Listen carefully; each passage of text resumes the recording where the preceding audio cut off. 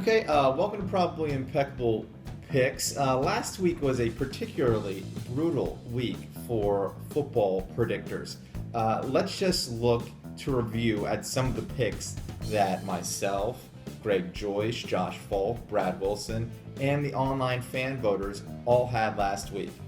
East Stroudsburg North over Deerhoof. Nope.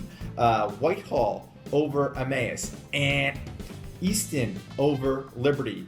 Wrong. It's almost as if we don't know what we're talking about.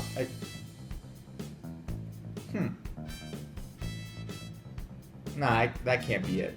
Let's just move on to this week's picks. We'll start with the Colonial League blockbuster Southern Lehigh at Notre Dame. Now, this game features two sophomore quarterbacks in the biggest game of their young high school careers. Now, who is going to respond to the pressure better? I'm not really sure, but what I do know is that I picked Notre Dame to win the Colonial League at large at the beginning of the year, so Crusaders win.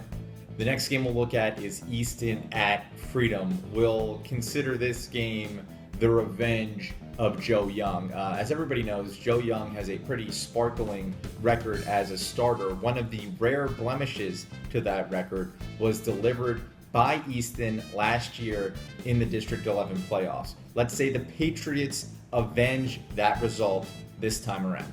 Next up on the slate, another big EPC South matchup, Emmaus at Bethlehem Catholic. Now, I was there last week in Emmaus, and I tell you what, I am a believer, at least until next week when I believe something else. But for now, Green Hornets win.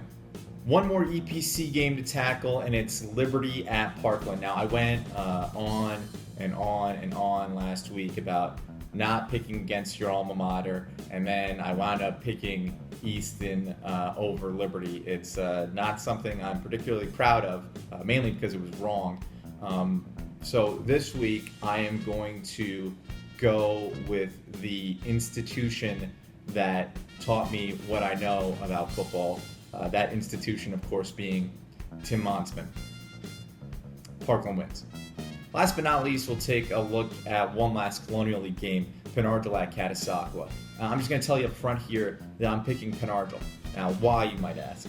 I was looking at pictures of the Penardle guys, and those dudes are manlier than me, and they're in high school. I can't even grow a mustache, and look at these guys. Jeez, a whiz.